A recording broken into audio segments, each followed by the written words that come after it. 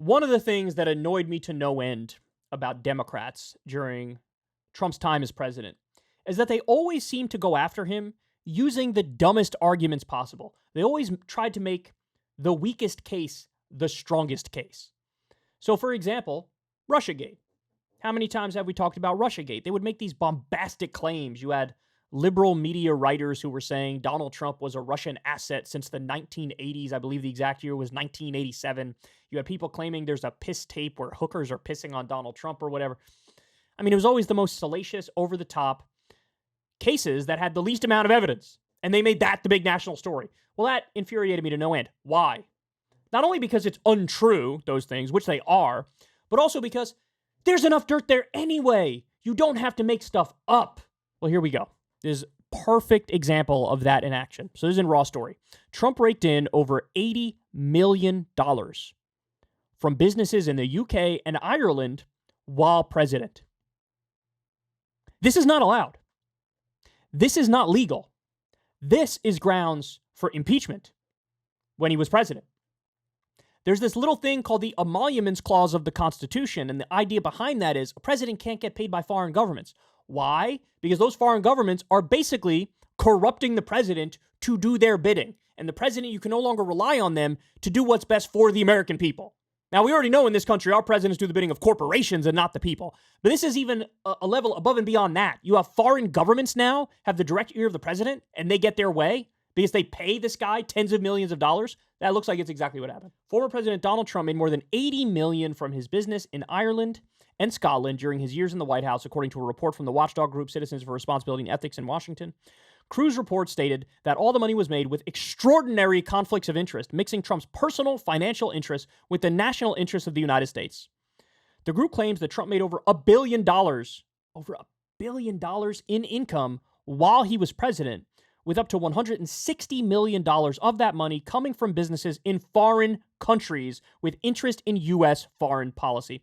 Let me pause here. We all know that Jared Kushner, Trump's son-in-law, who was in the White House, took $2 billion from Saudi Arabia. We all know that Donald Trump took minimum tens of millions of dollars from Saudi Arabia, probably over $100 million for these live golf events. We know all that. We know that Jared Kushner has taken millions from Israeli banks.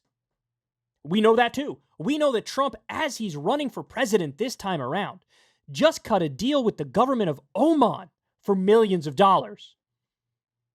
None of this is allowed. And he's got some nerve because he went after Hillary Clinton for the Clinton Foundation, which is corrupt, and he called it corrupt, and then he one-ups her corruption and becomes even more corrupt because he's swimming in more cash than they ever did. And they have the nerve to talk about Hunter Biden, who's peanuts compared to their level of corruption. Peanuts. Is Hunter Biden corrupt? Yes.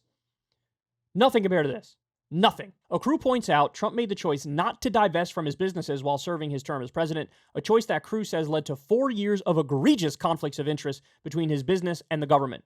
One of the worst conflicts, according to the report, was his Doonburg golf course in Ireland, from which he raked in almost $25 million, and his Turnberry Aberdeen golf properties in Scotland, where he made over $58 million. The report states that Trump used opportunities as president to promote the properties and also extracted every penny he could from the U.S. government by charging the Secret Service exorbitant rates for rooms and other charges. You guys remember that story? Trump was in one of these places doing an event, and he said, no, we're going to stay at, my place, and we'll charge it to the taxpayers. And he went out of his way to stay at this place with the Secret Service, and he price gouged the shit out of taxpayers, using tax money to pad his bottom line. The way to go after Trump was always the bread and butter issues, the bread and butter corruption. He's just as corrupt, if not more corrupt, than any president in U.S. history, but they didn't make a peep about this stuff. Not a peep. Jimmy Carter had to sell his peanut farm when he became president. Why? Just the thought that maybe a foreign government could give him money through his peanut farm and then he'd be beholden to them. But with Trump, he did this. Nobody batted an eyelash. Nobody said anything. So look, I get it. I'm in favor of all the cases investigating Trump right now, whether it's top secret and classified documents, whether it's trying to rig the election and asking for more votes in Georgia, whatever, the tax fraud, business fraud. Go ahead. Throw the book at him, right? This is the real stuff that to me is the most unforgivable. Absolutely. Why do you think Donald Trump didn't utter a peep of disagreement when Saudi Arabia massacred Washington Post journalist Jamal Khashoggi and chopped him into pieces. Not a peep. Not a slap on the wrist. Nothing. Why do you think that is? Why do you think it is he continued to give them multi-billion-dollar weapons deals? Why do you think it is he vetoed a bill that got through the Senate, which said, hey, the United States is going to stop supporting Saudi Arabia's genocide against the Yemeni people? Why do you think that is? Why do you think that is? You all know why. Money talks.